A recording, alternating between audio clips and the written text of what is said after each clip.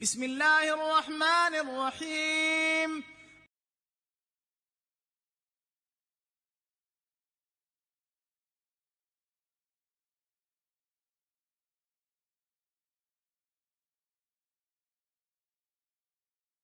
En el vídeo anterior, que hemos hecho una introducción al concepto de fundamentalismo islámico para entenderlo, para entender que es una reacción al estancamiento de la comunidad musulmana, estancamiento intelectual de la tradición intelectual musulmana, y es una reacción al colonialismo europeo, y es una reacción a aquellos musulmanes que se percibe que han sucumbido al colonialismo europeo y pretenden adaptar la religión a aspectos de este nuevo enemigo externo político. Lo que se hace es crear la sensación de que tenemos que crear sociedades islámicas que no sean influidas por este invasor político e invasor intelectual o cultural, ¿no? Entonces, en respuesta a la hegemonía política de Occidente y en respuesta al auge del modernismo islámico, se crea un fundamentalismo político que es lo que vamos a llamar el islamismo político o el activismo político islámico, o como quieras llamarlo, islamismo, ¿no?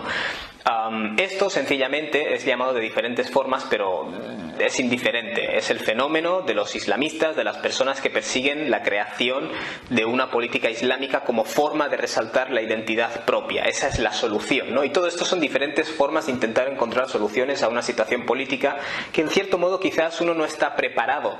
No estás preparado cuando crees que tu ideario es el más perfecto, y en este caso el Islam es la religión más perfecta y la más pura y es la verdad. No siempre estás preparado para saber entender por qué los musulmanes pueden acabar en una situación de estancamiento o incluso de subyugación política.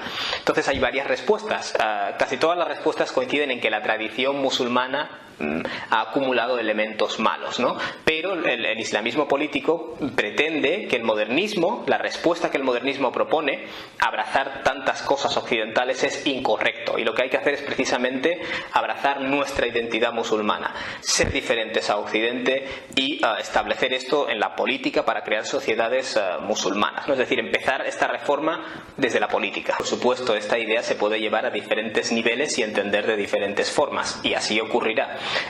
Muchos de estos pensadores iniciales en la década de 1930, a partir de la década de 1930, lo que hicieron fue teorizar la creación de estados islámicos, es decir, estados, y por cierto, el concepto de estado es un concepto importado de Occidente, eso es lo curioso.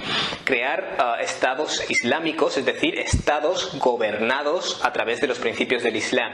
¿Qué significa eso exactamente? De nuevo, habrá materia de disputa. Generalmente pensamos que el islamismo político es este grupo de locos con turbantes que quieren establecer la Sharia y matar a todo el mundo, pero no.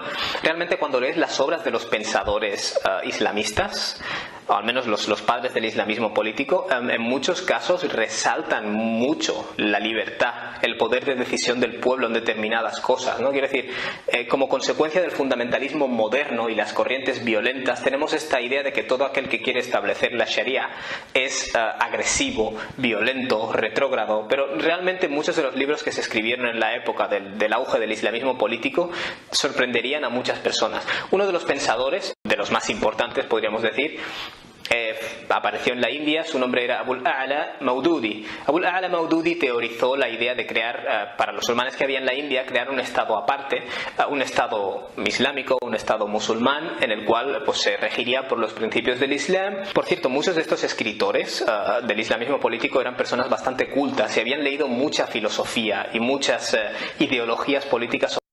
Eran personas cultas que pretendían crear una alternativa islámica. Por ejemplo, Abul A'la Maududi teorizó esta idea de que un Estado islámico no sería una teocracia, ¿no? Porque los musulmanes tomarían parte en el gobierno y gobernarían o decidirían en relación a determinadas. Maududi en el año 1941 fundó el partido Jamaat Islami, es decir, el Partido Islámico. En 1953 fue condenado a muerte porque formaba parte de un movimiento que se oponía a los Qadianis. Los Qadianis son un grupo en la India, un grupo religioso, una podríamos decirlo, una ramificación del Islam o un grupo religioso surgido del Islam. Y claro, hay muchas personas que consideran que los qadianis no son musulmanes, que son kuffar, y Maududi formaba parte de ese grupo. Y como consecuencia de las actividades de este movimiento anti-qadiani fue condenado a muerte. La cosa es que finalmente, con la presión popular, fue conmutada esa pena de muerte a una pena de cárcel de 14 años, y finalmente tras 2 años de cárcel salió de prisión. Maududi escribió mucho sobre política, y de hecho escribió un comentario del Corán llamado Tafhimul Corán, un comentario del Corán en el cual expone sus ideas sobre política también. Y algo que hacen muchos islamistas es resaltar el concepto de que el ser humano es el jalifa de Dios en la tierra, ¿no? Claro, jalifa lo puedes usar como término político. Jalifa significa aquel que sucede a alguien, o alguien que es sucedido, ¿no? Mejor dicho. Entonces, cuando Dios dice que va a colocar a Adam, al ser humano, en la tierra, inni ja'ilun fil ardi jalifa, voy a colocar en la tierra a un jalifa, se puede entender, voy a colocar en la tierra a alguien que va a ser sucedido, ¿no? Pero después de la muerte del profeta, esta palabra obtuvo una connotación política, porque cuando tú eres un gobernante y te vas y dejas a alguien en tu lugar, ese alguien es tu jalifa, ¿no? En cierto modo. Entonces, cuando el profeta murió, se empezó a hablar de jalifatun nabi, la persona que toma el rol del nabi en el aspecto político, ¿no? O es sucesor del profeta. Entonces, ¿qué ocurre? La palabra jalifa toma en este islamismo político una nueva dimensión, en el aspecto de que el ser humano tiene que ser el califa, ¿no? De Dios, el representante de Dios. Es decir, Dios ha puesto unas normas, unas leyes, y el ser humano tiene aquí que ponerlas en práctica y asegurarse de que se ponen en práctica, ¿no? Lo cual es muy relevante al contexto político. Este comentario del Corán y otros comentarios del Corán de otros pensadores del islamismo político hacen hincapié en el concepto del khilafa, del ser humano como virrey de Dios, ¿no? En el plano político incluso. En Egipto, otro pensador que se llamaba Hassan al-Banna tomó su inspiración hemos hablado antes de los modernistas islámicos. Uno de esos modernistas era Rashid Rida, que estableció el periódico Al-Manar.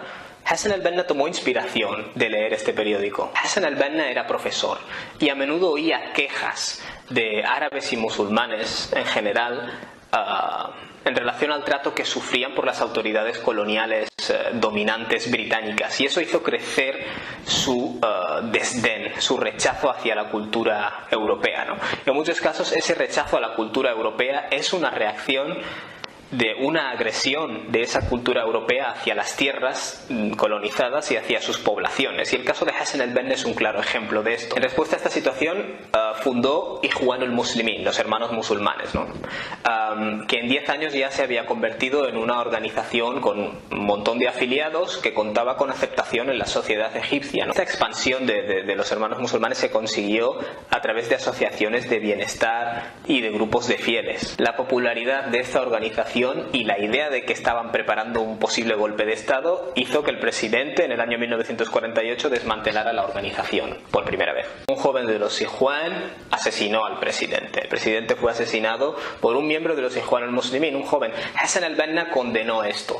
Hassan al-Banna condenaba el uso de la violencia de esta forma. Hassan al-Banna fue asesinado en el año 1949.